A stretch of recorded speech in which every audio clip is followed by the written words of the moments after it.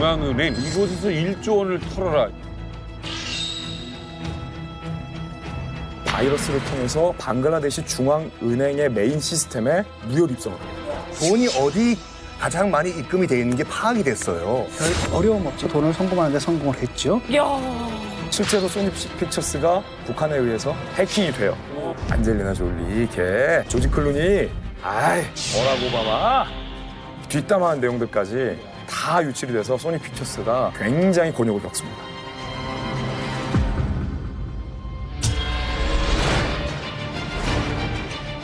해커들이 무려 6,800여 명이 활동을 하고 있다. 북한의 사이버전 능력을 한번 조사를 해봤더니 미국, 러시아에 의해서 세계 3위 수준. 대한민국을 향해서 무수히 많은 빨간색 화살표가 쏟아지고 있어요. 실시간으로. 이야, 그 정도. 뭐 압도적이네.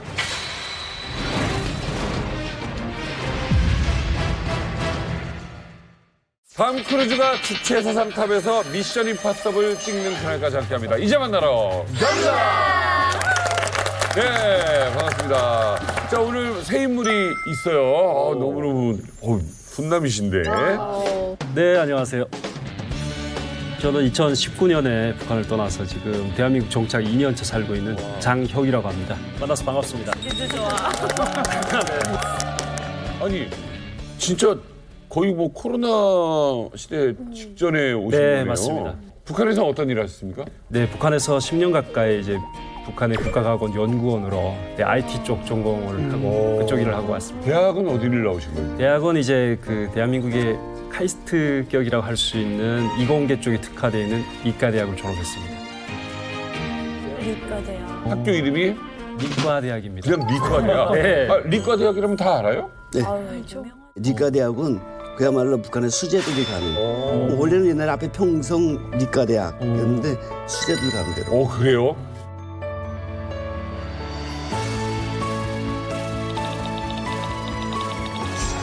이분의 또 러브 스토리 또한 미션 임파서블 끝이에요.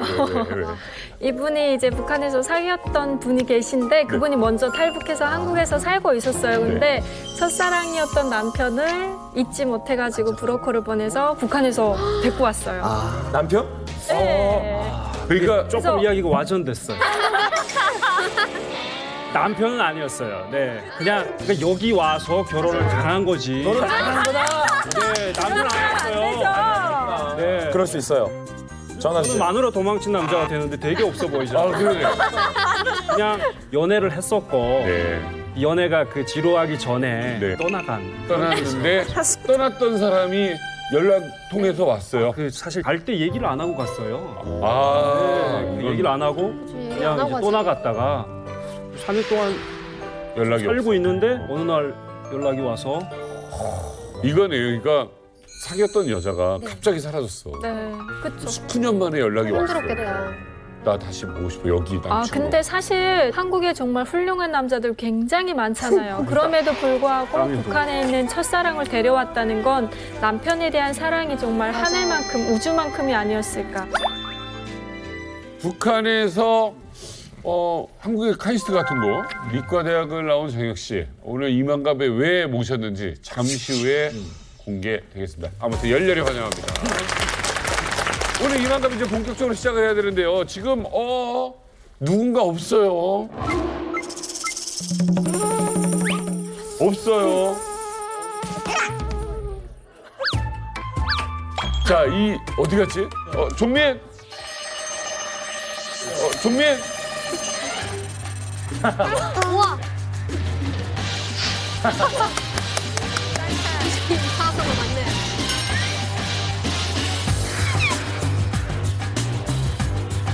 오빠 멋있어요. 완전 짱! 웨이터 하냐, 웨이터.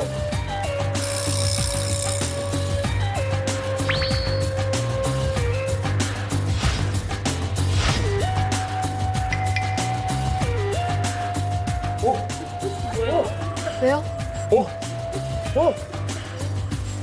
방글라데시 중앙은행에서 1조 원을 더 씌우 이 노트북은 5초 후에 폭파됩니다.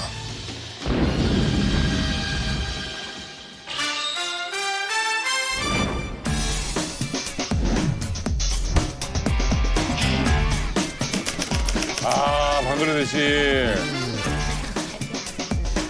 이야.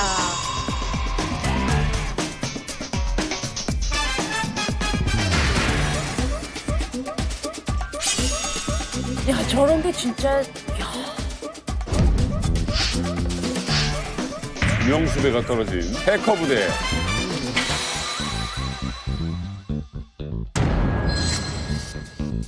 왜 남의 돈을 훔치려고 그러지? 야, 1년. 와, 대왕이 또 자, 5일 동안 1조 털기.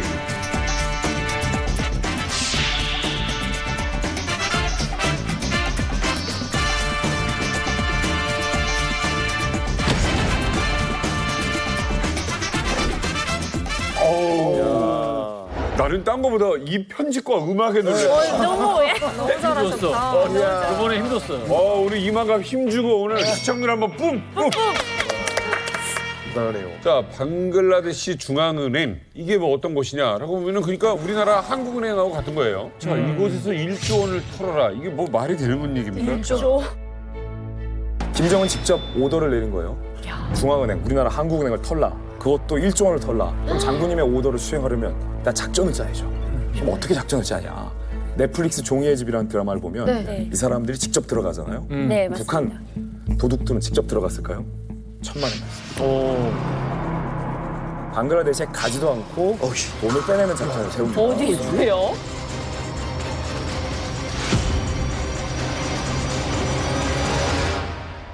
자, 일단 첫 번째 단계. 위장 취업을 하라. 그래서 위장 취업을 하려면 뭐를 해야 됩니까? 이력서를 보냅니다. 네. 방글라데시 중앙은행 직원들의 이메일로 이력서를 보냅니다. 2015년 새해에 구직 메일이 띠링띠링 도착합니다. 안녕하세요. 저는 취업 준비생인데 귀사에 꼭 취직하고 싶습니다. 라면서 다운로드 링크까지 첨부해요. 나름 성실한 답변에 방글라데시 은행 직원이라면 종민 씨 어떻게 하겠어요? 일단은 것 뭐 같아요. 확인을 해봐야죠. 당연히 봐야죠. 왜냐면 궁금하니까. 그렇지, 열고 빨리 다운로드 링크도 눌러야지. 재빨리 누르고 궁금하니까. 안 열리면 한 번 더 누르고. 그렇죠. 이런 사람들이 당하는 거예요. 그러니까 말이 안 되지. 누가 이력서를 링크를 내 첨부를 하지. 그렇지. 김정이 이제 그거지. 예를 들어서 뭐 엉뚱한 거, 야 진짜 불특정 다수에게 보낸 거다 그러면 안 열겠지만 정확히 방글라데시 우리 은행이고 내가 인사팀인데 맞아요. 쭉 아주 멋지게 글 쓴 다음에 저 채용해 주십시오 하면 열어볼 열 것 것 같아요. 같아요. 우리 남희석 MC가 생각했던 것과 똑같이 방글라데시 은행 직원이 생각했던 모양이에요. 나름 성실한 답변에 궁금하게 만드는 후킹하는 내용들이 그 안에 있었던 거예요. 그래서 아무 의심 없이 다운로드 링크를 딱 네. 눌렀는데 너나. 알고 봤더니 이 이력서 이메일은 북한 해커들이 만든 가짜 이력서였습니다. 그럼 노출됐네. 가짜 구직서였어요. 자, 링크를 클릭하는 바람에 방글라데시 은행 컴퓨터가 스파이웨어가 걸려. 바이러스에 감염됐어요. 아이고. 결국에 북한 해커들이 이 바이러스를 통해서 방글라데시 중앙은행의 메인 시스템에 네. 서버에 무혈 입성을 합니다. 야. 그 뒤로 대단하다. 진짜 무서워. 은밀하고 비밀스럽게 방글라데시 중앙은행에 일하는 모든 직원들이 하는 일을 투명하게 북한 해커들이 다 들여다봐요. 어머, 무려 야. 방글라데시에 이 사람들은 가보지도 않은 채 말입니다. 그만. 그로부터 1년이나 시간이 이제 흘렀습니다. 그리고 북한에서는 무려 1년 동안 아주 참을성 있게 기다렸죠. 은행의 모든 정보들을 갖다 속속들이 알았거든요. 그 가운데서 이제 뭘 알아내냐면은 방글라데시 은행에서 1조 원에 달하는 돈을 뉴욕은행에다 보관해 온 거예요. 와. 본격적인 절도 행각은 2016년 2월 4일 목요일 밤 8시 36분이었습니다. 이 1조 원을 뉴욕은행에서 제3국의 은행으로 송금하는 데 성공을 해요. 아니 그러니까 이거 뭐야? 이메일 그러니까 첨부 눌러서 감염되고 곧바로 이게 시작된 게 아니라 그러고 나서 1년 동안을 그럼 바이러스 안에 들어간 다음에 얘는 그냥 꼼지락꼼지락 이거 찾아보고 있는 거야? 1년 동안 그런 북한 해커들은 놀았냐? 그러니까. 아니죠. 일단은 어느 계좌에 돈이 가장 많이 입금이 돼 있나 이거를 파악을 해요. 그리고 가장 쉽게 접근할 수 있는 계좌는 어디 있나 그걸 파악을 합니다. 안 걸려 1년 동안. 안 걸려요. 악성웨어, 스파이웨어 그렇게 뭐 허술한 게 아니에요. 일단은 돈이 어디 가장 많이 입금이 돼 있는 게 파악이 됐어요. 더 중요한 게 뭐냐? 그걸 어떻게 이제 빼내냐 이걸 또 파악을 했어요. 이게 이제 1년이 걸린 거예요. 자, 준비가 됐어요. All set. go. 다음 작전은 뭐였냐면 의외로 방글라데시 중앙은행에 있는 이쪽 프린터를 고장 내자. 진짜 너무 똑같아. 프린터. 프린터가 고장난 날이 언제냐면 2016년 2월 4일 목요일 저녁이에요. 그리고 다시 설명을 드리겠지만 중요해 이게. 왜냐면 방글라데시는 금, 토, 이틀이 휴일이에요. 일요일은 출근해요. 그 이슬람권 국가들이 의외로 금, 토가 휴일인 날이 많아요. 이집트, 사우디아라비아, 뭐 알제리, 아프가니스탄 다 금, 토가 이제 그 휴일이에요. 일요일은 출근해요. 자, 그 목요일 저녁에 고장이 났어요. 근데 당연히 직원들은 다 퇴근했겠지요. 금요일은 금표니까. 고장이 난 것을 파악한 게 언제냐면 2016년 2월 5일 금요일 8시 45분 당직을 섰던 직원이 그걸 발견한 거예요. 당직을 섰던 주말에 이게 this printer is not working 해가지고 일단 꺼져 있잖아 지금요. 그래서 켰어요 아침에 딱 키니까 윙직 해서 뭔가 종이가 하나가 나와. What is this? 해서 봤더니 약간이 아니라 엄청 충격적인 그 글이 적혀 있는 거예요. 글이요? 뭐예요? 이 편지는 영국에서 시작돼요. 걱정해야지 그게 아니라 지금 방글라데시 중앙은행이 미국 연방준비제도 이사회라고 해서 우리도 지금 한국은행이거든요. 그 이제 뉴욕 은행 그 지점이죠. 거기에 이체를 해놨던 수십억 달러의 이 금액이 한꺼번에 인출하겠다라는 그 신고가 방글라데시 은행으로부터 들어왔다. 그 문서가 들어와 있는 거예요. 프린터로? 프린터로. 그러면 왜 이제 프린터를 썼냐? 방글라데시는 지금 아직까지도 이 전산 시스템을 그냥 전산으로 끝내는 게 아니라 이걸 다 종이 문서화해가지고 다 보관을 해놓는데요.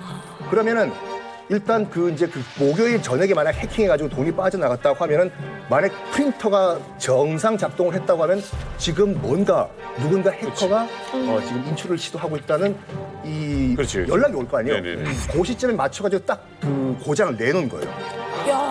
치밀하다. 이게 오히려 해커들한테는 조금 더 한 단계 더 고심하고 생각을 해봐야 될 문제가 돼버린 게 그냥 디지털로만 입출금 내역이 보관이 되면은 해커가 그냥 그 수정하면 되거든요. 그렇지.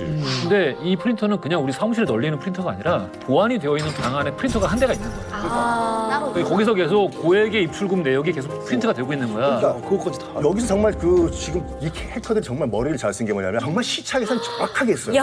일단 목요일 저녁에 고장 냈어 프린터를. 그래서 지금 해커들이 지금 돈을 인출하고 있다는 사실을 방글라데시 중앙은행이 몰랐던 거예요. 뭔가 엄청나게 지금 돈이 빠져나가고 있다는 사실을 토요일 저녁에 한 거예요. 지금 잘 따라오셔야 돼요. 토요일 저녁에 방글라데시에서 파악을 했어. 그래서 뉴욕에 전화를 했어요. 어떻게 된 일이냐? 뉴욕은 토요일 아침이었어요. 시차. 휴일이니까 아무도 전화를 안 해. 근무 시간 외에 일 안 해 또. 그렇죠. 그래서 일요일 다시 전화를 걸었어요. 방글라데시에서 뉴욕에. 일요일 저녁은 또 뉴욕은 일요일 아침이에요. 또 전화를 안 받아. 그래서 결국에는 월요일까지 가가지고 3일을 그냥 날려버려요. 돈은 이미 넘어가 버려. 돈은 이미 다 빠져나가서. 어떡해.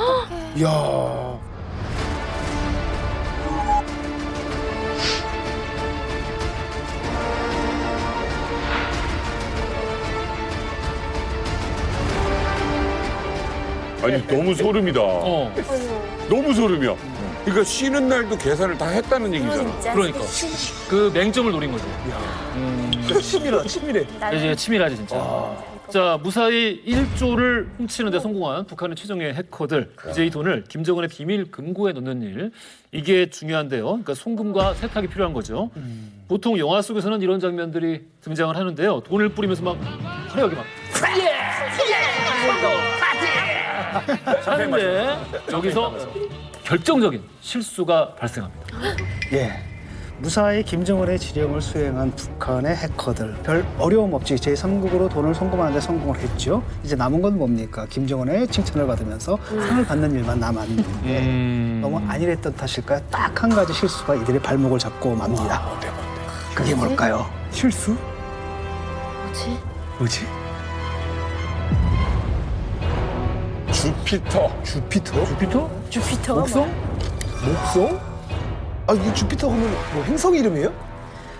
북한 해커들이 제3국으로 돈을 보냈다고 하지 않았습니까? 네. 그런데 제3국에 수백 개의 은행 지점 중에서 해커들이 돈을 보낸 은행이 주피터 스트릿이라는 곳에 위치해 있었거든요.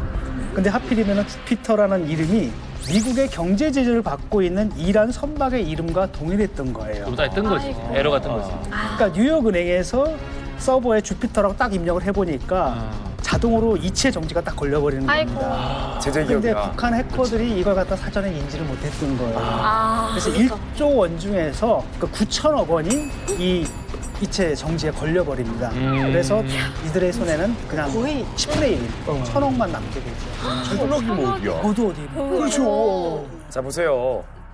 자 원래 목표액이 1조잖아요. 근데 그 어려운 해킹에 성공한 거예요. 비밀의 방에 있는 프린터까지 다 해킹을 한 거예요. 시체까지 완벽히 계산했어요. 그런데 허술하게. 주피터라는 이란 선박이 제재를 받고 있는 줄 북한 해커들이 어떻게 알았겠어요? 그렇지. 목표했던 1조 중에서 90%가 묶입니다. 아이고. 10%니까 1,000억. 1,000억 정도만 이 사람들이 빼내는데 성공을 하는데 그런데 북한 해커들의 실수가 여기서 끝난 게 아니었어요. 왜? 또 있어요? 두 번째 결정적인 실수를 하는데 바로 이겁니다. 썬킴?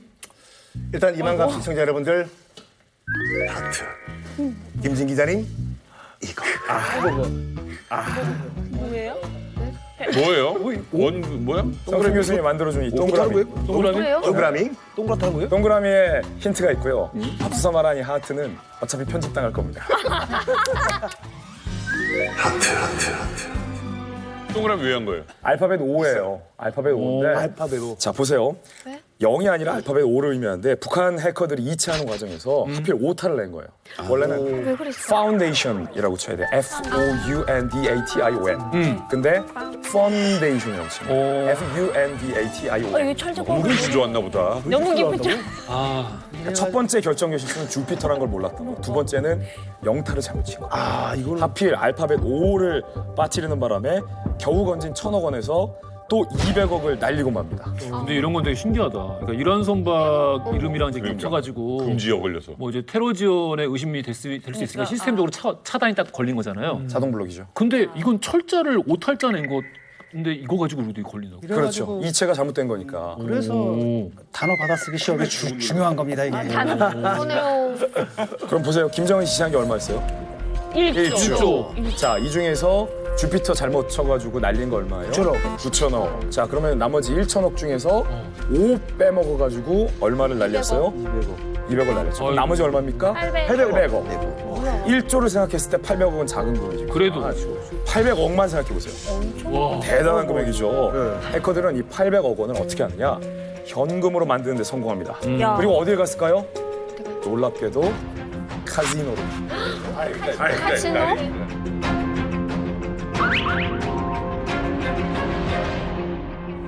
바로 이거를 전문 용어로 세탁. 그런 소리. 세탁이랍니다. 근데 카지노를 돈 세탁으로 많이 악용을 하더라고요. 많이 하죠. 예. 아무튼 어마어마하죠. 이거는. 그래도 800억이면 진짜 어마어마한 거잖아요. 이거는. 북한 해커들이 이 돈을 일단 수중에 가집니다. 가지고 그다음에 돈 세탁을 아무래도 해야 되니까 이 돈 세탁을 카지노에서 하리라 하고 칩으로 싹 다 바꿔버려요. 도대체 어느 카지노가 이거를. 800억을 칩으로? 그리고 그 800억 중에서 이제 일부를 거기에 있는 중국인 현지 협조원한테 줍니다. 이게. 가지고 빠지라. 나머지는 칩으로 바꾸는데 이 방글라데시 당국이 야 얘들 돈 가지고 카지노로 빠졌다. 잡으러 갑니다. 근데 다 이미 정리하고 달아난 상태예요. 근데 마침 거기에 북한 국적을 가진 김용이라는 소위 공작원이 있어가지고 그 사람을 체포해서 나머지 돈을 회수했는데 그럼에도 불구하고 600억이 사라져버렸죠. 결국 김정은한테 갔다는 소리죠. 어쨌든 성공했네. 어쨌든 성공했네. 500억. 다는 아니어도. 그거 어디야?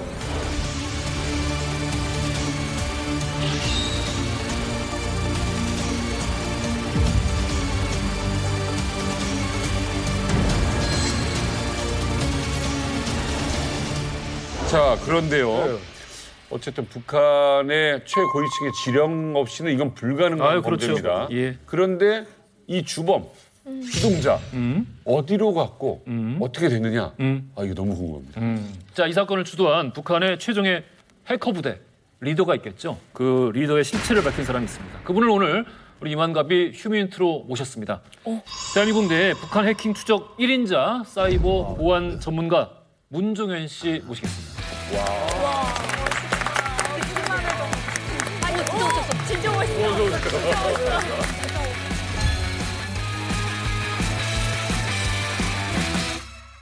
방글라데시 은행 절도 사건. 네. 그 주범을 밝혀내셨다는 거죠. 뭐 당연히 저 혼자 한 거는 아닐 거고요. 일단 이게 동남아 은행에서 발생한 해킹 사건이고 굉장히 크게 이슈화가 돼요. 당시에 뉴스도 많이 나가고 하다 보니까 일단 북한의 해킹이다라고 하면 한국의 전문가들이 꽤 많이 있고요. 근데 미국이나 제3국에서도 이 방글라데시 은행 해킹 사건에 대해서 굉장히 많은 관심을 가지게 돼요. 그래서 그 은행에 들어간 악성 프로그램을 수집하는 데 집중하게 되고요. 실제로 많은 보안 전문가들이 그 악성 파일을 체증을 해가지고 코드를 분석하게 돼요. 근데 그 코드에서 어마어마한 데이터들이 나오기 시작하죠. 야, 신기하지 않아? 코드. 그거 어떻게? 멋있으면 야, 그거 안 돼? 체증하려다가 내가 감염된 거. 스트레스 받을 것 같은데. 실제로 전문가 중에 실수해가지고 자기 컴퓨터를 감염시키는 경우가 있어요. 어머. 실수해가지고. 라자루스의 그 리더가 누구예요? 일단 리더라는 건 사실 불분명해요. 오히려 리더라고 하면 김정은 위원장을 얘기해야 될 거예요.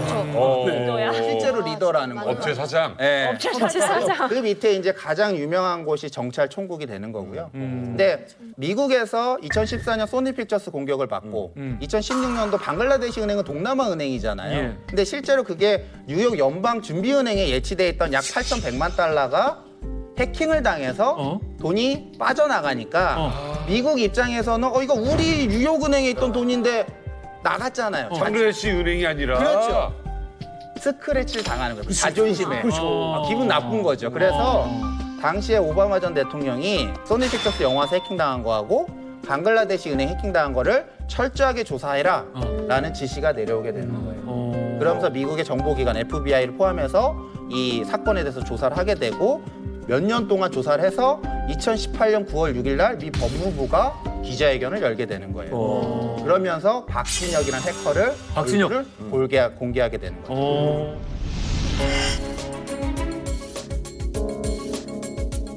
생겼네. 굉장히 잘생겼어요. 영화 배우 같네. 이 사진은 어떻게 입수했냐면 그러니까.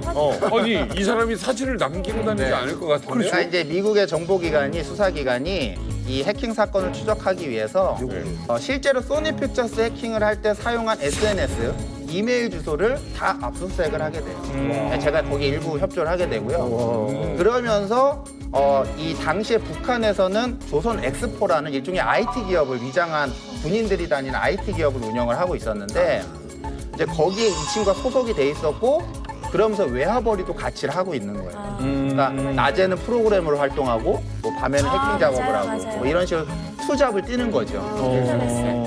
그러면서 이제 이 친구가 윗사람한테 이력서를 실제로 이 박진혁의 이력서를 다른 사람들한테 보내게 돼요.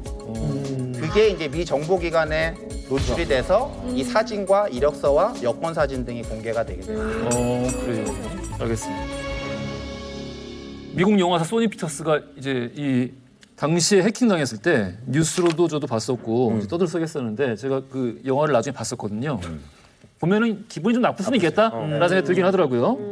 이게 미국의 그 코미디 코드를 이해를 못하는 건데 이제 소니 픽처스가 왜 그러면 그 이 해킹을 당했냐 하면은 일반인들이 봤을 때는 그냥 웃고 넘어가면 될 스토리예요 이게요.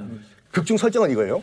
이제 김정은 위원장이 이제 가십쇼라는 이제 가상의 미국 그 코미디 쇼 토크 쇼를 평양에서 몰래 보는 거예요 지금요. 그걸 이제 미국에서 알았어.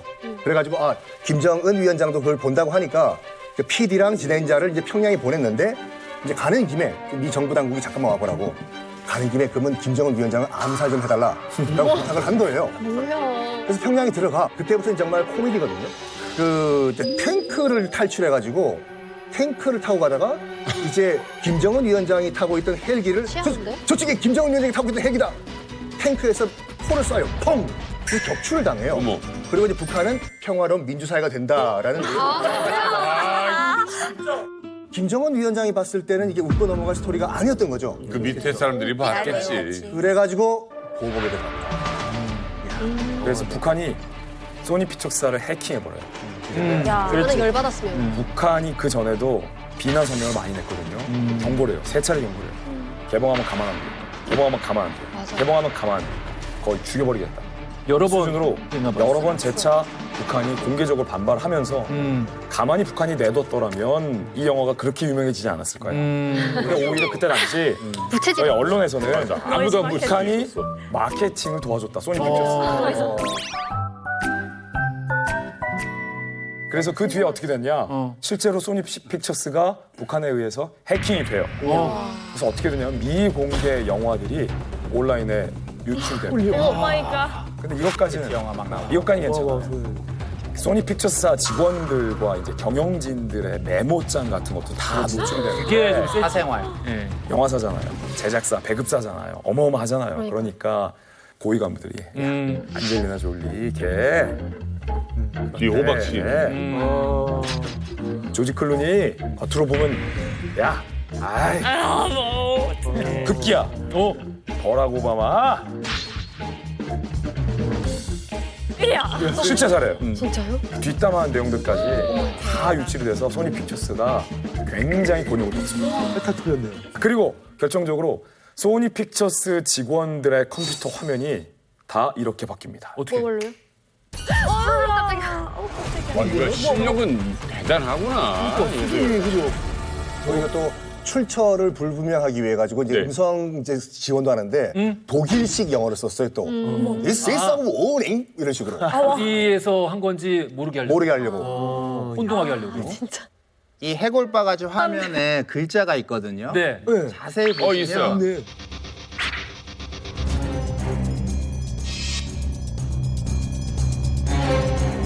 해키드 바이 샵 GOP라고 써 있어요. 그러네요. GOP. 해시태그 GOP가 뭐죠? GOP가 저거 아니야? 저 뭐야? 치전방 그 초소. 여기서 일단 사용된 GOP는 가디언즈 오브 피스예요. 가디언스 오브 피스. 네. 평화의 소자. 평화의 수호자다. 그러니까 평화의 수호자에 의해서 지금 소니 픽처스는 해킹 당했다라고 이제 표현을 해놓은 거죠. 평화의 수호자가 왜 이렇게 악마같이 생겼어요? 그렇게 악마야? 그러니까 앞뒤가 안 맞는 얘기가 돼. 혹시 박진혁 이외에도 또 이렇게 미국이 수배하고 있는 사람이 있나요? 네, 일단 현재는 총 3명이고요. 예. 박진혁, 김일, 전창혁. 이렇게 3명의 인물이 공개가 돼 있고 그럼 그 사람들 다 GOP인가요? 일단 3명 자체는 다 이 라자루스라는 그룹에 속해 돼 있고 그래서 이제 방글라데시 은행이나 소니 픽처스 은행의 해킹의 배후로 일단 지목은 돼 있는 상태입니다. 박진혁에 대해서 혹시 미리 알고 있던 분들 계세요? 사실 박진혁은 어릴 때부터 수학 천재로 소문난 인물이었거든요. 그러니까 머리가 비상하고 수학을 잘하다 보니까 평양에 뽑혀가게 됐고 그때부터 해커 전문 양성 교육을 받게 되는 거죠. 근데 비단 박진혁뿐만 아니라 북한에서 머리가 좋다라고 하는 애들은 천재성 기질을 띈 아이들은 평양에 뽑혀가서 이렇게 해커 교육을 받는데 교육을 받는다고 뭐 100% 사람들이 다 해커로 이제 성장하는 건 아니에요. 이 속에서도 살아남아야 되는데 이 박진혁 같은 사람이 그 속에서 살아남아서 장군님의 사이버 전사가 된 거죠. 장군님의 사이버 전사로 거듭난 후에 이 사람이 중국 항해 도시죠. 대련으로 넘어가서 낮에는 프로그래머로 일하고 밤에는 해커 생활을 하면서 살았죠. 네. 한국뿐 아니라 전 세계를 해킹으로 뒤흔든 박진혁 전 세계 얼굴이 공개가 됐으니까 상당히 유명한 북한 사람으로서는 아마 해외에서 가장 많이 알고 있는 얼굴 중에 한 명이 되지 않았을까라는 생각이 드는데요. 그의 정체가 궁금합니다. 뭔가 진짜 대단하다. 2009년에 봤으니까 한 13년 됐겠네. 그때 만났죠. 사업지 중국에 갔다가 지인이랑 같이 연변에 있는 북한 식당에 갔거든요. 해양 소주에 가자미 식혜 안주 삼아서 먹고 있는데 한 27명인가? 그 정도 되는 젊은 애들이 시끄럽게 떠들면서 식당 안으로 들어오더라고요.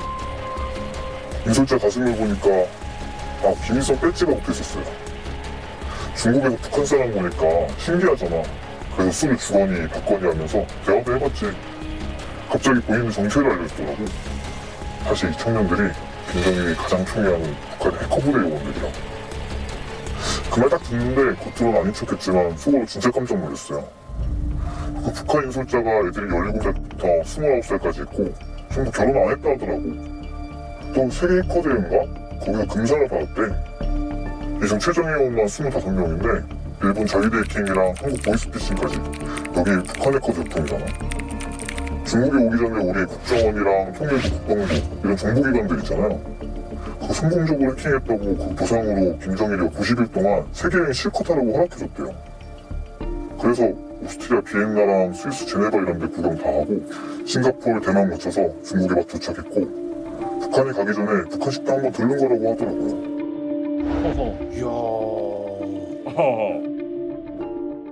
아니 이 정도면 사실 북한에서 김정은 다음으로 자유로운 거 아닌가요 이게? 그러네. 그냥 제 생각에는 조금 북한스럽지 않은 포장을 했다라고 생각을 해요. 좀 합리적인 의심이 들긴 하는데 보통의 저런 경우라면 이제 북한이 제일 관심 가지는 거는 기술이 있는 친구들을 어떻게 고삐를 계속적으로 잡을까 이런 데 많이 초점을 맞추고 있거든요. 왜냐하면 그 과학자들에게는 국경이 없다 이런 말을 써요. 그 기술을 가지고 어디든지 가서 환영을 받을 수 있기 때문에 네 가능한 것 북한을 위해서 복무하게 하도록 하기 위해서 그래서 보면 유학생들이랑 외국에 나가면 더 열심히 생활총화하고 공공이라는 거 받아줬고 네더 도수를 높이거든요. 그러니까 이건 약간 뻥이라는 거예요. 조금 좀 네, 북한스럽지 않다. 오히려 뭐 이런 정치적인 포상을 좀 더 한다든가 네, 지위를 높여준다든가. 충분히 가능하다고 전 들었어요. 왜냐면 제가 아침에 인터뷰를 딱 해봤어요. 왜냐면 그 오빠가 제 아는 오빠인데 그 오빠가 이제 그 해커인 사람과 친구였거든요. 근데 그 사람이 스위스에 나가서 위장 취업을 하고 있었대요. 그러니까 되게 그만큼 엄청 자유롭고 그리고 해커다 보니까 그러니까 일반적으로는 결혼을 무조건 해야 이제 해외에 보내잖아요, 일반적으로. 근데 해커라는 이 직업만이 총각도 해외에 이제 파견할 수 있대요. 그러니까 그만큼 자유롭다는 거죠. 그 오빠를 데려와 봐요. 안 나오려고 하네요. 안 나오려고 그래? 왜냐면 북한 사람이 이제 해외에 나가면 자유라는 게 주어지거든요. 엄청난 이제 거지. 너 자유 주어졌으니까 해 이러면 못해요.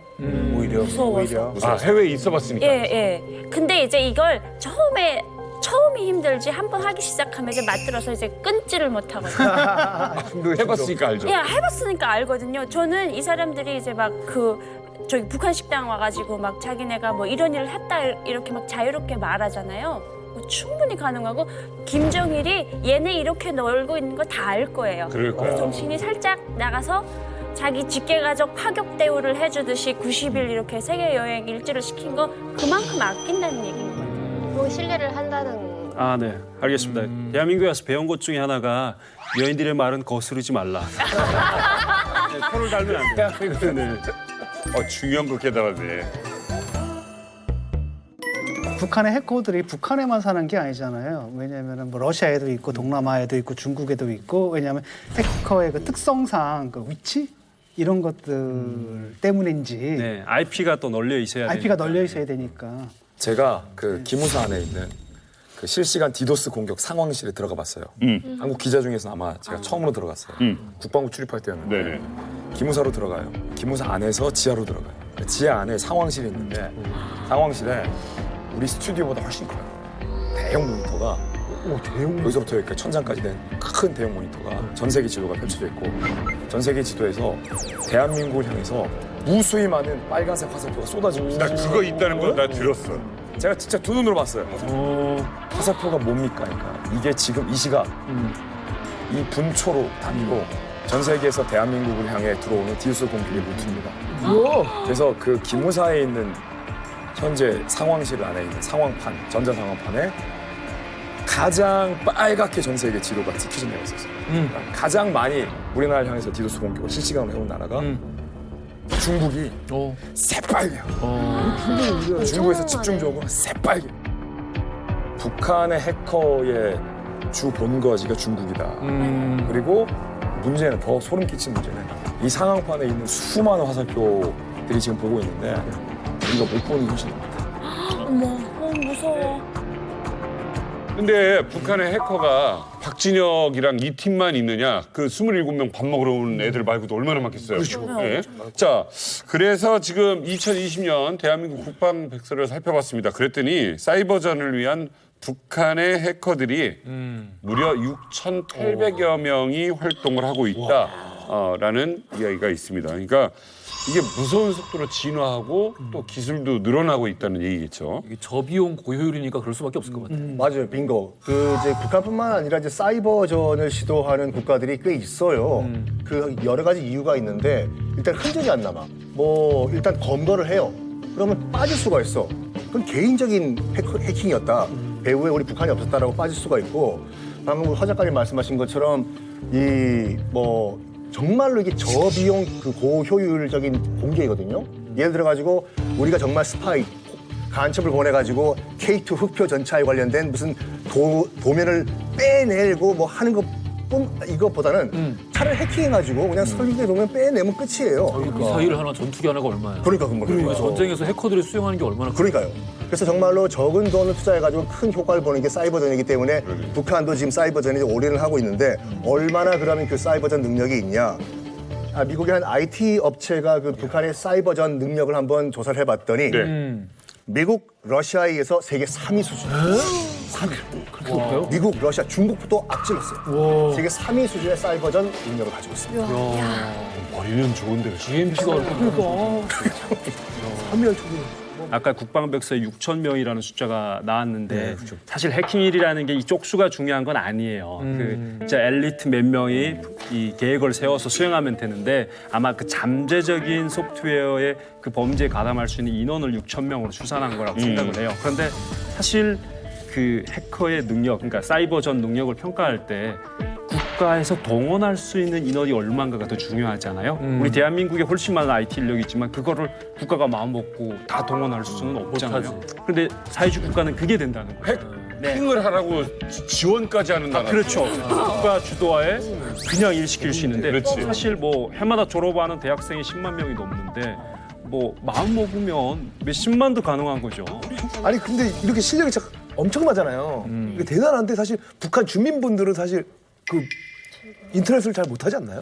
인터넷에 아예 못하게 됐어요. 인터넷 터지는 날에 그냥 북한 망하는 건 시간 문제입니다. 아마 실검 1위에 김정은이 오를 수도 있어요. 근데 이제 1%도 못하는 걸 누가 하냐면 성중앙 기관 그리고 국가가 지정해준 기관들은 그 인터넷 실시간으로 보거든요. 제가 체육성에 있을 때 북한이랑 그때 종대세 선수가 이제 북한에서 뛰었어요, 선수로. 그래서 다른 나라랑 하는 거를 이제 봤어요. 봤는데 정말 처참하게 져요, 북한이. 그거를 북한 이제 체육성에서는 그 인터넷으로 다운받아가지고 실시간으로 보더라고요. 그리고 지니까 안 내보냈어요. 예, 그렇게 하거든요. 그러니까 북한 입장에서는 인터넷 터지면 큰일인 거예요. 아니 근데 우리가 막 무료 와이파이 북한에 못 뿌려? 무료 와이파이요? 아니 근데 우리가 와이파이를 뿌려도 거기는 인터넷 자체가 막혀 있다니까. www가 안 돼. 인트라넷밖에 안 돼. www를 연결할 수 있게 우리가 못 써나? 해주세요. 해주세요. 서버 하나 만들어서 구멍 좀 뚫어주세요. 인터넷은 아무래도 제한된 사람들만 열람할 수 있어요. 그런데 그 보급률이 사실 계속적으로 증가하는 추세고요. 그리고 그 내부에 말한 그 인트라넷이라고도 하고 이더넷이라고도 하는데 사실 이더넷은 무법자 전성 시대예요. 이제 보이부라든가 뭐 보안성이라든가 이런 애들이 감시를 하는데 얘네를 농락하는 수준의 해커들이 그 안에서 막 그 놀고 취약하니까. 그리고 뭐 이제 국가에서 채팅 어플로 쓰라고 하는 그 프로그램이 정해져 있어요. 그런데 그거를 쓰면 다 감시당하기 때문에 김정은이 함께 보고 있겠지. 그렇죠. 그래서 그 안에다가 막 스타크래프트 서버 띄워놓고 그 안에서 막 채팅하는 거예요. 근데 뭐 그런 식으로 북한에서 인터넷뿐만 아니라 이 인트라넷이죠. 이것까지 이제 그 북한 주민들이 사용하는 걸 허용하는 게 굉장히 어려워진 사건이 있었는데 2006년도에 벌어진 사건이에요. 네. 그러니까 인트라넷 안에 어떤 사이트에 북한 네티즌이죠. 글을 남긴 거예요. 이 글을 보는 사람 평양 체육관에 모여라. 우리가 게임을 하자. 경기를 하자라고 한 거예요. 근데 이걸 실제 봤을까요? 와 이거 묘하다. 왜냐면 그런 일이 흔치 않으니까 SNS가 뭐 이렇게 대중화되어 있는 것도 아니고. 그렇지 번개하자는 당연히 건데. 갔겠지. 네, 너무 근데 신기하고 좋아서. 북한은 또 이렇게 조금 우리가 이해하셔야 되는 게 한국처럼 그 PC를 다 갖고 있는 거 아니에요. 정말 가정이 윤택한 집안에서 갖고 있단 말이에요. 근데 평양에서 사는 잘 사는 집 자제들이 이걸 본 거예요. 보고 진짜 당일 왔어? 300명이나 되는 사람들이 체육장에 모인 거예요. 그런데 이게 북한 당국에서는 굉장히 위협적인 거죠. 왜냐하면 많은 사람들이 모이는 걸 극적으로 경계하고 싫어한단 말이에요. 왜냐하면 이들이 모여가지고 어떤 얘기를 할지 모르고 어떤 제스처, 어떤 행동을 할지 모르다 보니까 비상이 걸린 거죠, 진짜. 그래서 보이부에서 이 정보를 입수하고 바로 해산시키고 그 뒤에 야, 니네 인트라넷도 사용하지 마. 철저하게 감시해 해가지고 한동안 차단한 적도 있었어요. 이게 재밌다. 재밌죠? 인트라넷이 제가 이제 해외 나올 12년까지 안 됐었어요. 없었었어요.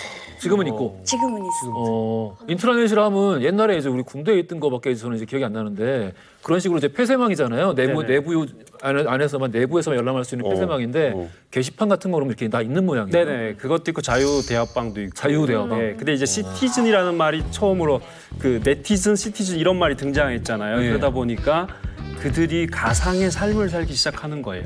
현실을 살지 않고. 근데 그 네티즌들은 나이 서열이 문제가 아니고 그냥 실력만 있으면 존중해주고 이런 문화니까. 뭐 니마 뭐 이렇게. 그렇죠. 니마 해요. 아니 자기들이 그런 말이 있고. 동무님, 근데 동무. 그러다 보니까 그 되게 국가에서 상당히 경계하는 부분이고. 북한에서 네티즌을 뭐라고 해요? 네티즌이라고 해요. 오, 진짜? 대박이다. 누리꾼 이런 거 안 써요, 누리꾼? 아니 그런 말은 안 쓰고 네티즌이라는 말을 2004년도부터 썼어요. 쓰겠다. 누리꾼도. 자, 이렇게 가장 통제된 환경에서 극소수에게만 인터넷이 허락돼 있던 북한입니다. 그럼에도 불구하고 세계 최강의 해커 군단은 역시 북한의 소유. 어떻게 이런 일이 가능했을까요? 김정일 때부터 북한 해커 인터넷에 대해서 많은 관심을 가지고 있었죠. 그래서 소위 한때 장남으로 추대되던 김정남이가 2002년부터 했던 게 북한의 인터넷 사업이었어요. 그래서 북한이 그때 2002년도부터 김정남이가 하면서 억수로 많은 전산 자료를 만들어냈죠. 아주 단편적으로 1,600권에 달하는 책을 도서를 몽땅 다 타이핑해가지고 전자 도서관을 만들어버렸죠. 그걸 비롯해서 여러 가지 프로그램들이 그때 나왔는데 이건 뭐 그 앞선 일이고 김정은 때부터 본격적으로 해커의 이제 눈독을 누리기 시작하죠. 그래서 중앙당이나 경찰청국에 해커 부대들을 따로 만들어 놓고 전사들을 육성해 넣죠. 김정은이가 소위 그 해커 부대에 가서 이런 말을 한 게 지금 전해지고 있어요.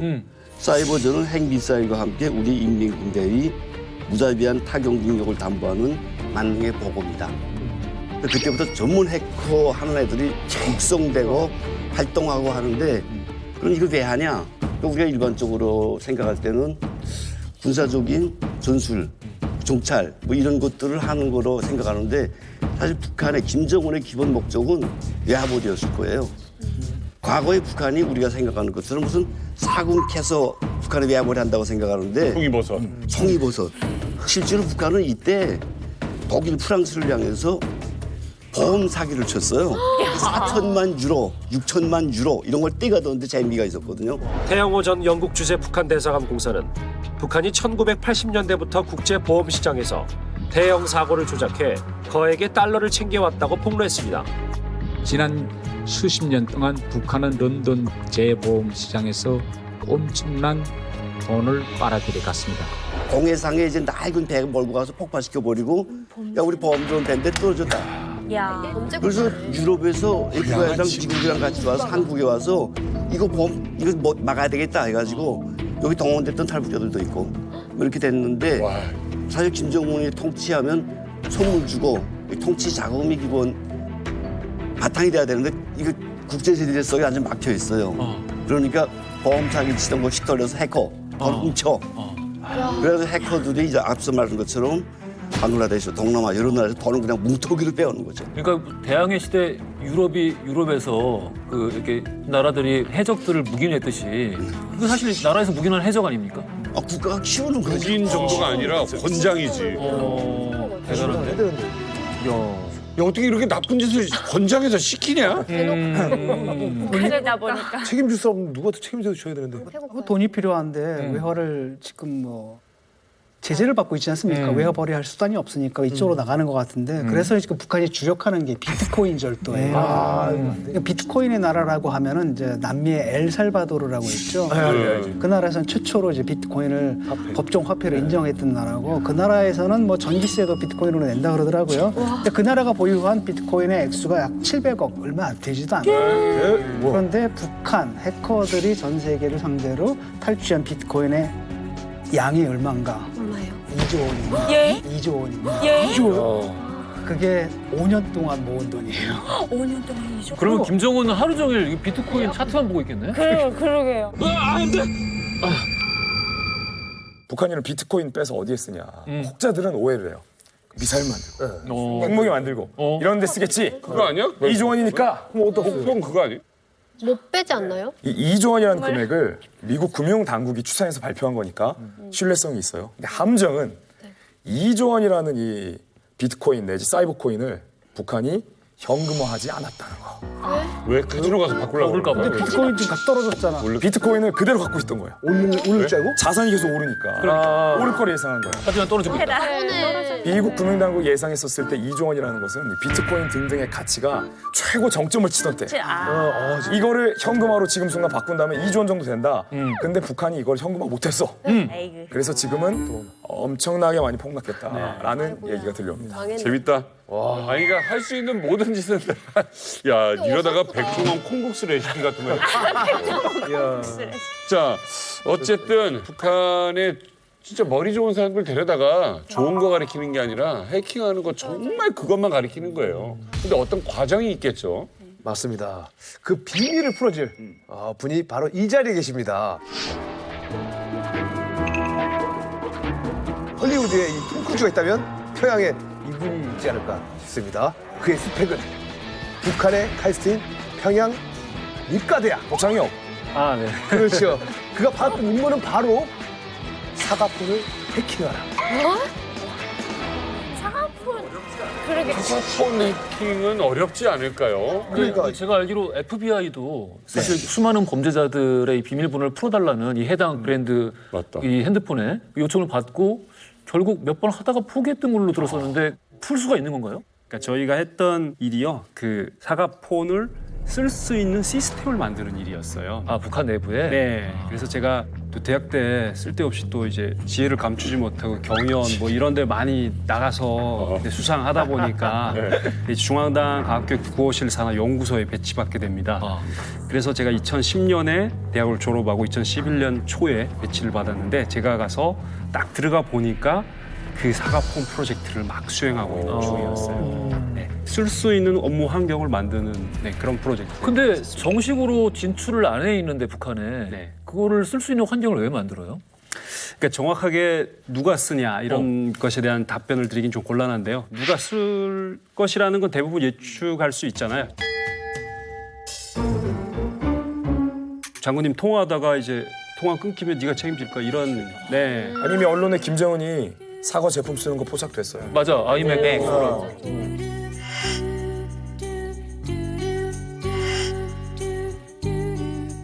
네, 그래서 그 스마트폰 자체가 일단은 되게 예쁘잖아요. 그래서 그런 폰을 그 내부 시스템을 사용하는 사람들. 그 회사 바가 있어 북한에 고위직에. 그리고 이제 만약에 사용하는데 애플이나 미국이 마음 먹으면 이 트래픽을 가지다가 구축 가능하잖아요. 그래서 일단 저희가 했던 업무는 그 리버스 엔지니어링이라고 기본적으로 프로그래밍을 100% 코드하고 통신 부분을 파악한 다음에 거기다가 수학 부분으로 암호화를 감미하는. 쉽게 말하면 아이폰을 북한의 이제 고위직들이 사용하는데 그게 이제 미국이 감청을 못하게 만드는 그런 환경을 만드는 거예요. 네, 맞습니다. 재능 차이가 있나? 그러니까 이쪽 재능이 있는 애들이 있고 저쪽 재능이 있는 애들이 있고. 아니 사실 그거는 별로 없다고 생각합니다. 교육 트리에서 보면 밑에서 재능이 있으면 막 동네에서 신동 소리 어렸을 때부터 듣잖아요. 근데 이런 친구들을 모아놓고 그 일명 돼지몰이라고 해요. 북한에서는 기숙시키고 무한정 경쟁시키는 거죠. 그래서 국가는 트레이닝을 하고 뭐 그런 거 안 합니다. 그냥 실력이 떨어진 애들을 시험 쳐서 계속 떨궈버리는 일만 하는 거예요. 그러면 살아남기 위해서 강해져야 되고 배울 수밖에 없고 그래서 이제 마지막에 쫙 올라오면 서로 다 알게 되고. 이게 진짜 엄청나게 효과적인 게 북한이 이게 국제 대회에 나갔다고 하면은 세계를 이제 깜짝 놀라게 할 결과들을 항상 가져오거든요. 그래요. 지난 5월에 온라인 국제 프로그래밍 경연대회가 있었거든요. 코드 셰프라고 이게 열렸는데 80개국이 참가했습니다. 그런데 북한 학생들이 무려 17명이 공동 1위를 한 거예요.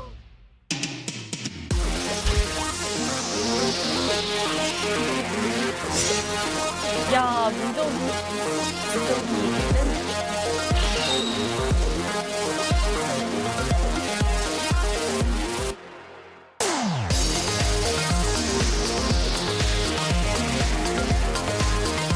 김체광학대야. 저분은 저희 때도 했었는데 코치 아직도 저희 계시요. 가운데 문수민이라는 학생이에요. 가운데 유명한 사람이에요? 네. 진짜 똑똑해 보인다.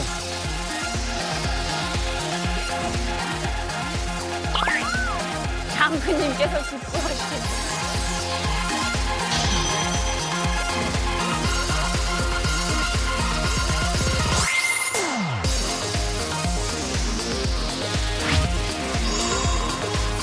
어머머, 21위?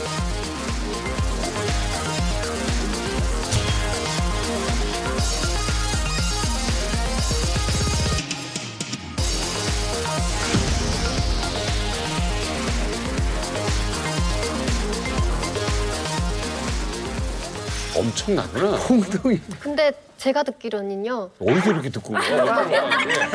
얘기해봐요. 어디서 뭐 정보가 있나? 이렇게 대회에 나간 사람들이 북한 내부에서는 실력이 그냥 고만고만한 애들이래요.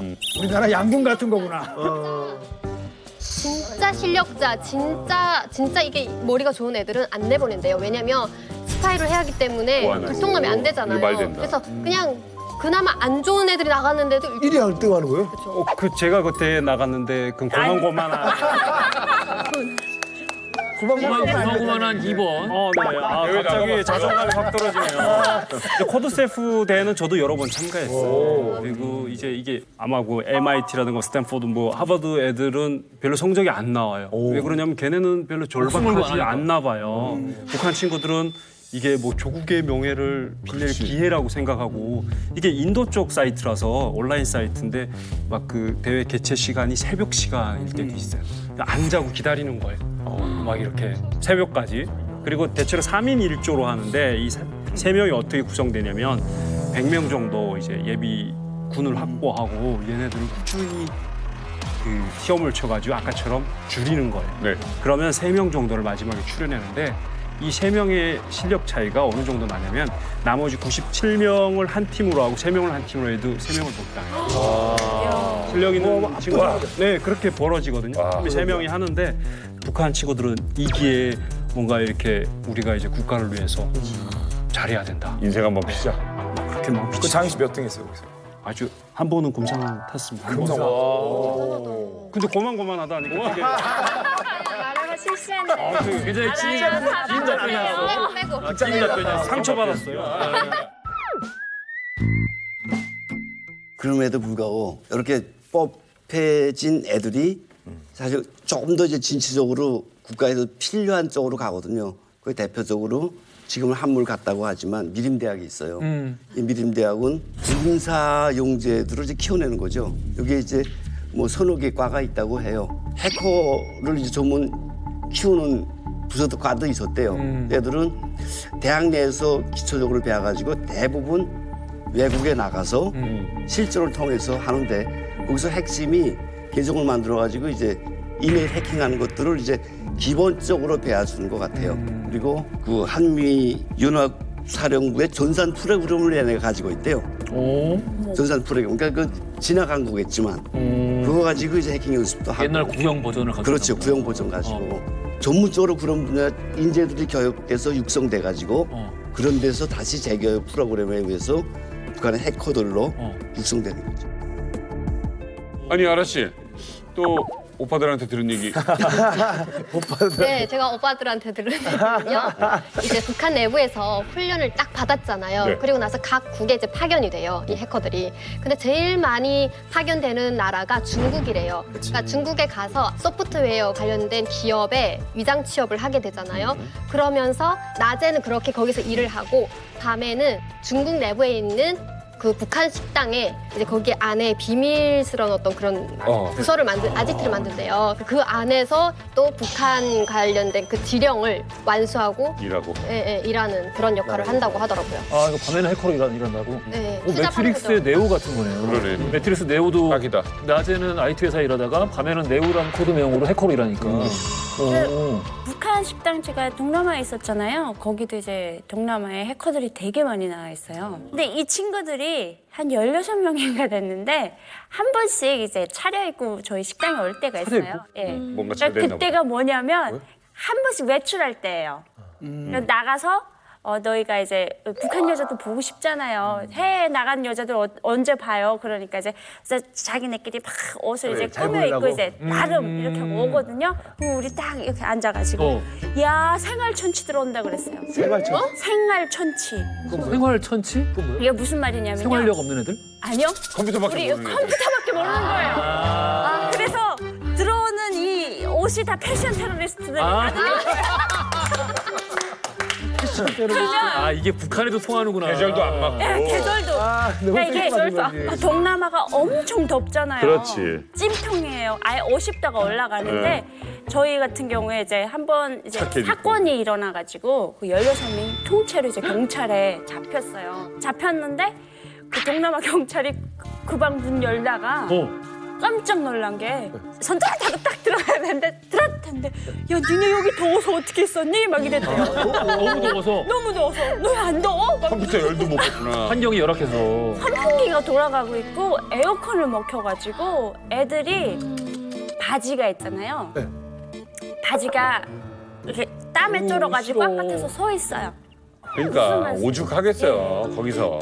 그래서 저희는 그거를 보면서 야 내가 솔직히 더 불쌍한데 쟤는 더 불쌍해. 아니 그럴 것 같아요. 그러니까 오죽하면 잘하는 인물하고 또 대우가 또 다를 테고 지역마다 또 얼마나 다르겠어요. 아니, 아까도 말씀해 주셨잖아요. 정말 그냥 간단한 영어랑 프로그램 언어만 배워가지고 어렸을 때부터 다른 지식 없이 그렇게 그냥 보내가지고 이 일에만 계속 하게 했으니 다른 일을 아무것도 아까 생활천치?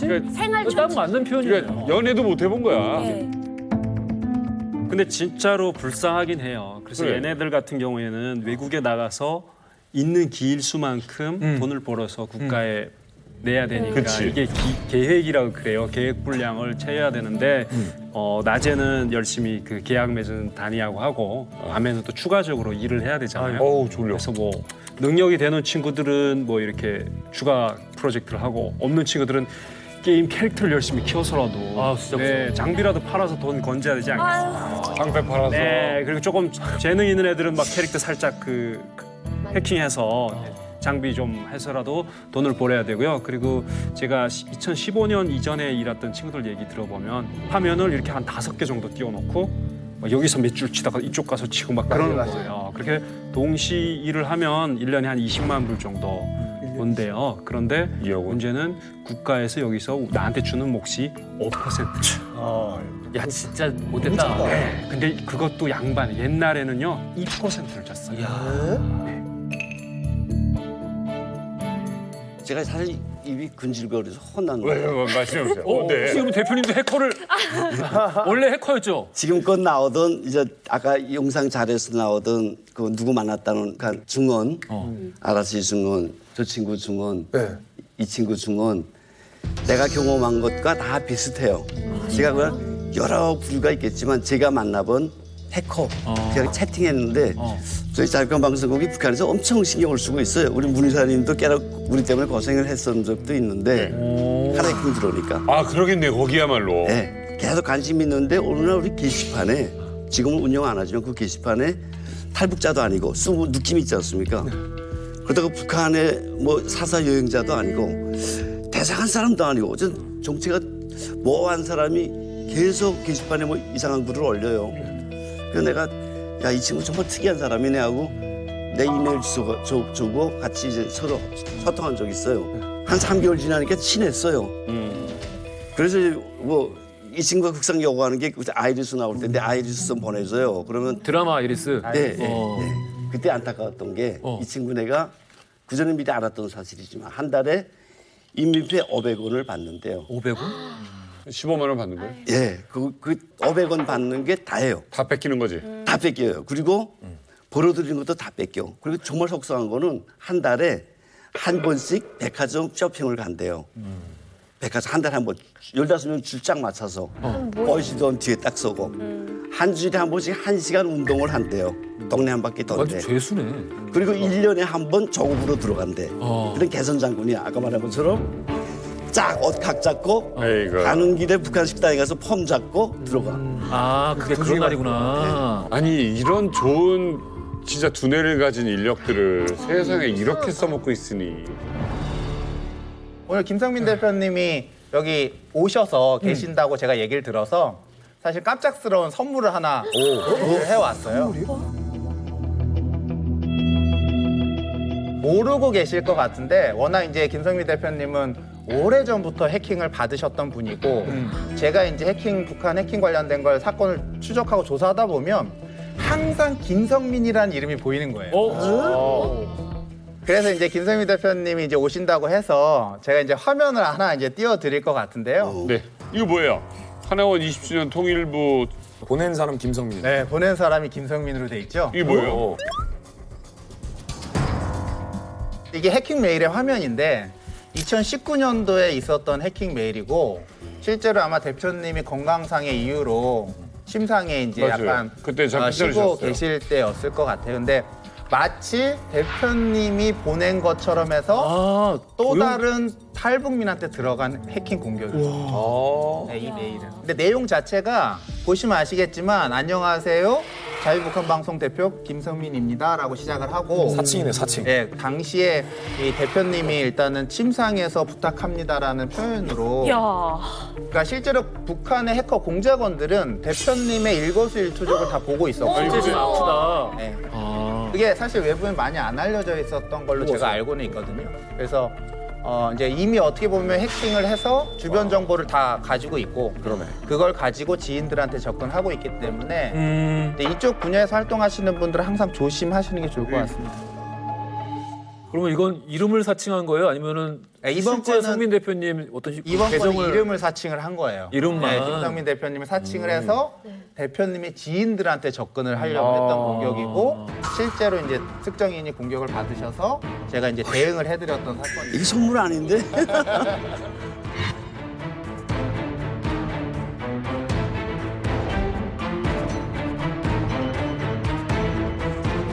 메일 제목 자체가 북한 사이버 테러라고 돼 있잖아요.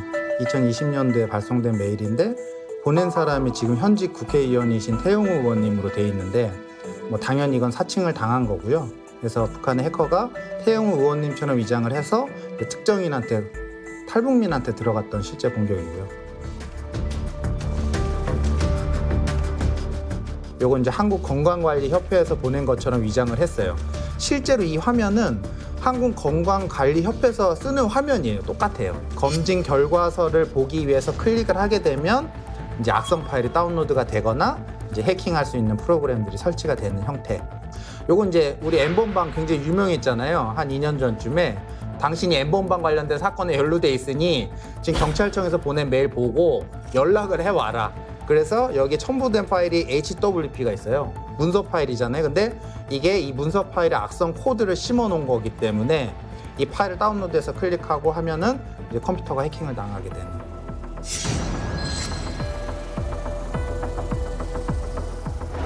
저는 오늘 이렇게 좀 이야기를 들을수록 한 가지 좀 의문이 드는 게 북한 해커들이 이거 인터넷도 하고 채팅도 하고 그러다 보면 약간 좀 탈북하고 싶어질 것 같은데 어때요?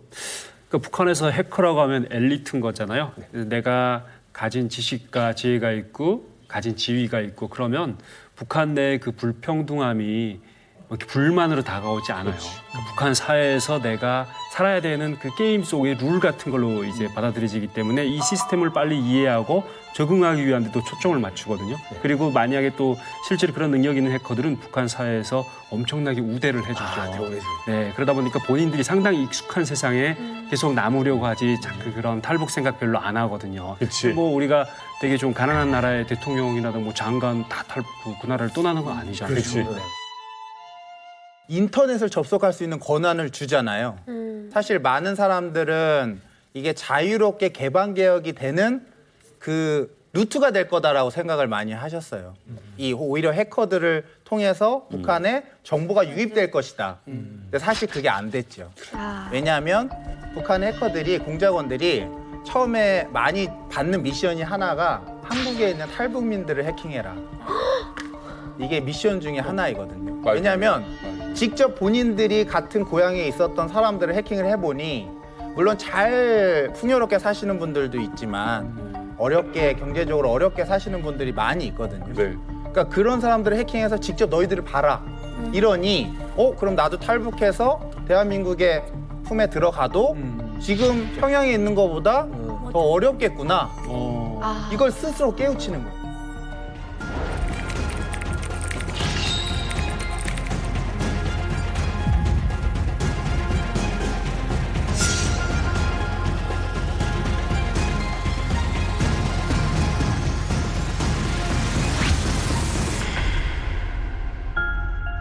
주로 공격받으시는 분들은 딱 정해져 있어요. 아무나 막 공격하는 건 아니고요.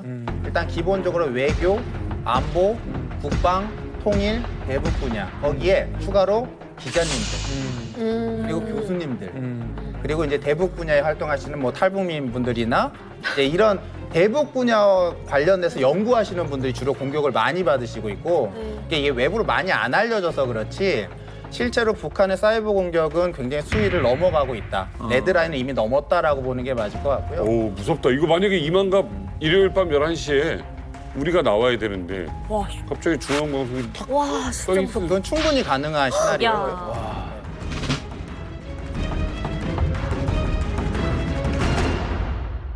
지금 예전에 방글라데시 은행이나 소니픽처스처럼 어떻게 화면에 해골바가지를 띄운다거나 은행에 있는 돈을 예금돼 있는 걸 빼간다거나 이런 것들은 알려지게 되잖아요. 근데 지금의 많은 사이버 공격은 안 알려지게 하고 있어요. 은밀하게 어떤 특정인의 정보를 빼내오고 있고 그 사람의 정보를 일거수일투족을 염탐하고 있어요.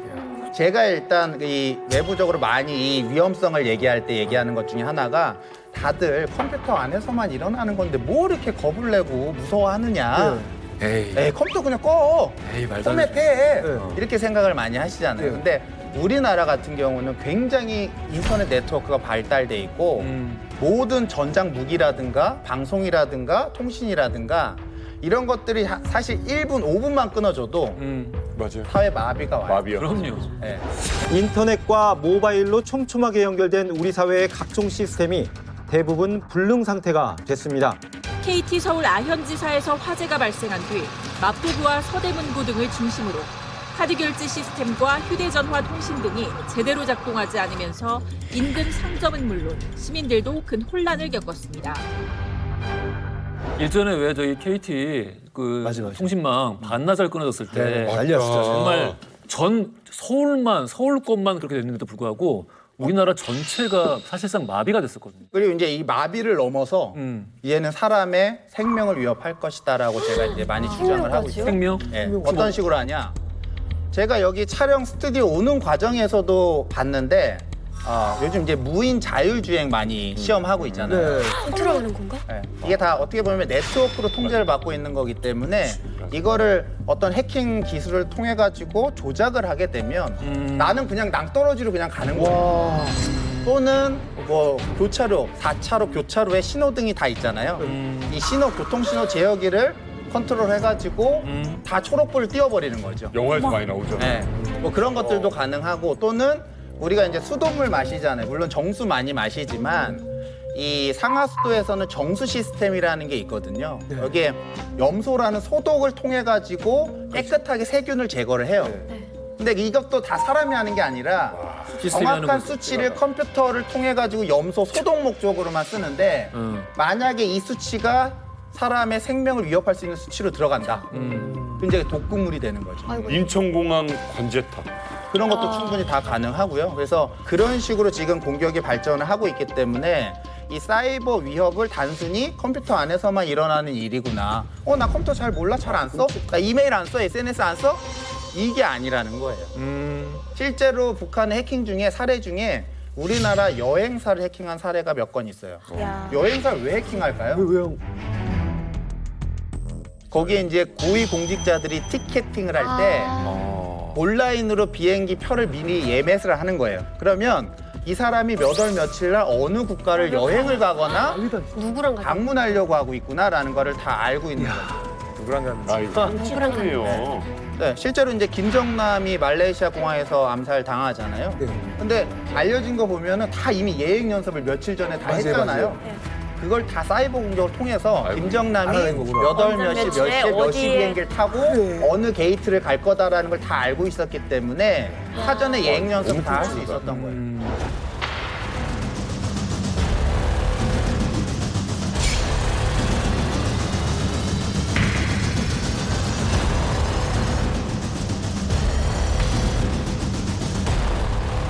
너무 끔찍하다.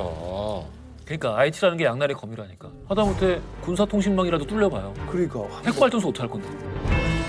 저희 연락소 했을 때 그 이제 전투원들이 그런 얘기를 했거든요. 대한민국 인터넷 2시간만 사이버 전사들이 해킹 이렇게 다운시키면 자기네가 2시간에 가서 타고 왔는 게 자기네 최종 목적이래. 그런 얘기까지 했었어요. 휴전선에 전자장비로만 채울 수 없다는 얘기가 그렇죠. 이런 거구나. 실제로 문종현 전문가님이 우리나라 주요 인사 해킹 피해를 직접 밝혀낸 적이 있다고 하시네요. 어떤 그 해킹 사건을 조사하다가 제3의 인물을 보게 되는 경우가 있어요. 그러니까 실제로 그분의 해킹 사건을 조사한 게 아니라 다른 사건을 조사하다 보니 거기에 다른 피해자분들의 정보가 있는 거예요. 제가 한 몇 년 전쯤에 태구민이라는 이름을 보게 돼요. 태구민? 여기는 아시는 분이 많으시네요. 네. 그러니까 태구민. 네, 저는 이제 태구민이라는 이름을 처음 봤고요. 그게 언론에 공개되기 전이었고 국회의원 하시기 전이었기 때문에 네, 그래서 태구민 누구지? 근데 휴대폰 해킹을 당하셨고 문자 메시지로 누군가가 막 주고받는 내용 중에 태공사님이라는 표현이 있는 거예요. 그래서 이제 제가 일단 태공사님? 그러면서 이제 보좌관 또 어떤 정보기관 사람들하고 얘기하는 게 유출이 다 돼 있었고 그래서 이거는 너무 민감한 내용이 지금 실시간 유출이 되고 있어서 이건 알려드려야 되겠다. 빨리 알려줘야 돼요. 네, 그래서 제가 수소문 해도 잘 아는 분이 없으셔가지고 특정 대북 언론 매체 기자님하고 이제 얘기를 했더니 알고 계시다고 하더라고요. 연락처를. 그래서 그럼 제가 연락을 하게 되면 놀라실 테니까 먼저 좀 연락을 해달라. 근데 그분이 이제 보좌관하고 연락을 하게 되는데 미국에 계시다는 거예요. 하필이면. 시차가 또 있죠. 그래서 거의 새벽이었고 일단은 이제 그분이 통화를 하셨고 이제 제가 이제 그 연락이 돼서 이제 보좌관분하고 이제 채팅을 하게 되는데 무슨 일이냐 그래서 태공사님이 해킹을 당하신 것 같은데 뭐 이제 이런저런 얘기를 해도 잘 안 믿으시죠 처음에는. 안 믿죠. 그래서 제가 일단 그러면 사진을 하나 보내겠습니다라고 해서 메시지를 하나 드려요. 이거는 이 사진은 지금 태 의원님 휴대폰에 있는 사진일 겁니다. 찍은 지 한 3-4시간밖에 안 됐을 겁니다. 마이 갓. 너무 무서워. 그걸 딱 드리죠. 그럼 이제 그쪽에서도 화들짝 놀라시고 그럼 어떻게 해야 됩니까? 그래서 일단 미국에 계셨기 때문에 일단 핸드폰 지금 당장 끄셔야 되고 절대 와이파이나 네트워크에 붙이시면 안 됩니다. 그럼 실시간으로 유출이 됩니다. 근데 이미 유출이 많이 된 상태였고 와이파이. 네, 이미 많이 유출이 된 상태였고 미국 공항에서 찍은 사진들도 이미 다 나가고 있었기 때문에 굉장히 신변의 위협을 받을 거다라고 생각해서 제가 연락을 한 거예요. 네, 외국에 나가 있으셨기 때문에 그렇게 연락을 하고 이제 조치를 해드렸던 사건이 하나 기억이 나요. 무섭다. 자, 이 공격들이 상당히 다양하고 또한 대범해지고 있다는 얘기가 있는데요. 실제로 제 작년에 이제 미국에 있는 그 큰 병원 두 곳이 이제 랜섬웨어에 걸렸어요. 네. 그러니까 지금 의사가 처방전을 써야 되는데 처방전도 못 써. 지금 약을 내야 되는데 약도 못 써. 지금 뭐 수술해야 되는데 지금 그 환자에 대한 기록도 못 봐. 그래서 랜섬웨어에 딱 걸리면 또 워너크라이라는 그 랜섬웨어가 있거든요. 말 그대로 울고 싶어라예요. 네. 화면에 떠요. 뭐 워너크라이가 뜨면서 어디로 이 비트코인을 보내라. 네. 비트코인이야? 그래서 이 병원 같은 경우는 울며 겨자 먹기로 우리 돈을 한 6억 원 보냈어요. 6억을요. 6억을. 나중에 그 FBI가 알게 된 거예요. 그래가지고 찾자고 어떻게 북한 해커들한테 6억 원을 넘긴 건 아깝지 않냐. 그래서 뭐 이제 미국 언론의 보도에 따르면은 그 중국을 기반으로 하는 이 북한 무기 거래 이 에이전트가 있는데 거기에 협박을 하는 거예요. 너희들이 대신 6억 원 물어내라. 그래서 그 에이전트가 6억 원을 물어내고 그 돈은 다시 병원에 보내줬다고 하죠. 만약에 상상을 해보세요. 북한 해커들 수준이 세계 최고인데 구글이나 아까 애플 뚫기 힘들다고 했는데 애플의 위장 취업하는 거예요. 엔지니어. 이 사람이 승진까지 해. 나중에 뭐 CEO까지 된다고 가정해보면 소름 돋는 일이죠. 그런데 올해 2월에 실제 이런 일이 미국에서 있었어요. 샌프란시스코에 암호화폐 관련된 스타트업 벤처기업이 있었는데 어느 날 이 벤처기업 CEO한테 FBI가 통보를 한 거예요. 당신네 회사의 누구가 버는 족족 북한으로 돈을 보내고 있다. 뭐냐? 버는 족족? 버는 족족. 처음에 CEO가 안 믿었대요. 에이 말도 안 된다. 내가 직접 인터뷰했고 뽑았고 아시아계고 천재고 일도 잘하고 내가 지금 연봉을 걔한테 얼마나 많이 주는데 뭐가 아쉬워서 걔가 북한으로 돈을 보내냐 했는데 수상하잖아요. 나중에 알아봤더니 진짜 북한 해커가 이중 취업을 했던 거예요. 대박. 버는 족족 북한으로 돈을 다 보내고 있었어요. 중국인으로 위장을 해서 미국 기업에 취직한 건데 근데 여기서 정말로 웃픈 상황은 뭐냐면 이 CEO가 나중에 미국 언론들에게 이렇게 인터뷰했어요. 보통인 북한 사람이었어요. 소름 돋아요. 내가 그걸 못 알아봤다니. 깜짝 놀랐어. 이렇게 된 게 아니라 너무 아까워. 정말 아까운데. 진짜 일 잘하는데. 진짜 인재다 이거. 좋은 인재였는데. 이런 반응이 나와서 미국 언론이 발칵 뒤집혔었어요. 얼마나 대단했으면. 얼마나 잘했어. 이게 사실 이 해킹이 사실 별로 이렇게 관련이 없다고 생각을 했었거든요. 제가 아는 거는 그냥 깨톡 누가 해킹해가지고 돈 꿔달라고 이 정도만 받아봤었는데. 줬어요? 안 줬지.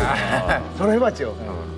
이런 것도 당해봤었는데 이거는 그런 개인이 아니라 진짜 나라가 휘청될 수 있는 이런 좀 위험한 것 같았어요. 그러니까 우리도 이 관련해가지고 대항할 수 있는 인력들을 좀 키워야 하지 않나라는 생각을 하게 됩니다. 키우고는 있습니까? 아무래도 이 사이버 보안 분야에는 사실 많은 어려움이 있는 것 같습니다. 보통 우리 같은 일을 하는 사람들을 3D 직종이라고 해요. 맞아요. 네, 낮에도 일해야 되고 밤에도 일해야 되고 뭐 퇴근하고 크리스마스 다들 영화 보러 갔는데 우리는 비상 걸려서 일해야 되고 약간 이제 민간인인데도 공무원 같은 일을 해야 되는 상황이다 보니까 사실 굉장히 열악한 환경에서 일을 하고 있고 그러다 보니까 전문가들이 많이 없는 상황이고요. 그러니까 정부 차원에서도 계속 이번에 대통령도 뭐 이 사이버 보안에 대해서 굉장히 중요하게 생각을 해서 이번에 정보보호의 날 기념식에도 최초로 대통령이 맞아요. 방문을 할 정도로 이제 좋아지고는 있지만 그래도 더 많은 사람들이 필요할 것 같고요. 또 개인적으로 이 일을 제가 20년 넘게 하면서 느끼는 거는 우리나라는 지금 어떻게 보면 휴전 상태이잖아요. 근데 이 사이버 공간에서의 접근으로 보면 준전시 상태예요. 맞네요. 그래서 그런 어떤 개념들을 가지고 많은 사람들이 좀 관심을 가지고 이 좀 불감증을 좀 내려놓고 경각심을 좀 많이 올려서 이 북한의 사이버 위협이 어느 정도 수준으로 다가오고 있는지를 좀 더 많이 논의하고 대응할 수 있는 것들을 좀 마련해야 되지 않을까 그런 고민을 좀 많이 하고 있습니다. 이승만 박정희와 함께 사진을 찍었고 북한에 또 조섬이라고 하는 김일성하고는 진짜 한 번에 찍을 수 없잖아요. 최덕신이라는 인물입니다. 최덕신이라는 사람은 누구일까? 거창 양민 학살 사건의 주범. 다 산으로 끌고 가서 열을 지어서 그 앞에서 사격을 합니다. 베트남 공사에 임명을 하면서 외교관의 길을 걷는 외무부 장관 자리를 줍니다.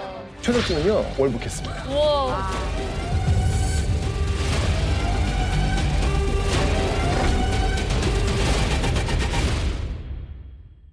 채널 A